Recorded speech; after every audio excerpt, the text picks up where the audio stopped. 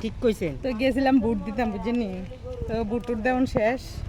তো আমরা এই তিনজন গিয়ে চারজনের সাথী তো এয়ারপোর্টে বলে রোদ লাগে বুঝছেন।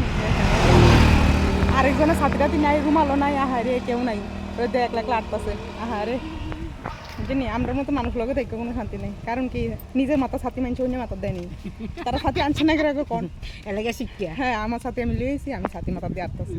তো মূল কথা হয়েছে গিয়া এইবারে বুটের মানে যেই সিস্টেম দেখলাম সবচেয়ে ফাইন সিস্টেম করছে। মানে ভোট কেন্দ্রের ভিতরে কোনো ঝামেলা নাই, যা ঝামেলা সব বাইরে, লাইনও বাইরে, যত নেতা ফেতা আছে, যত কার্যকর্তা আছে সব বাইরে বাইরে রেখে দিছে, কেউ ভিতরে ঢুকতে দিছে না। তো এইবারের ভোট দেওয়ার যে সিস্টেমটা আছে দুর্দান্ত হয়েছে। তো আমি সবাই ধন্যবাদ জানাবো যারা এই সিস্টেমটা অবলম্বন করে মানে ভোট কেন্দ্রে ঠান্ডা রাখছে। কারণ কি ভিতরে যত গ্যাদারিং হইব ততই ঝামেলা হয়, আর ভিতরে যত গ্যাদারিং কম হইব ততই ঝামেলা কম হইব। তো ওই ভিতরের যা সিস্টেম দেখলাম খুবই ভালো লাগছে। তো আপনারা কার এলাকাত কীরকমভাবে ভোট হয়েছে কমেন্ট করে জানাইন। আমার এলাকার ভোট খুব শান্তিপূর্ণ হয়েছে, আমরা গিয়েছি আধা ঘন্টা দাঁড়াইছি, ভোট দিয়ে আসছি একদম।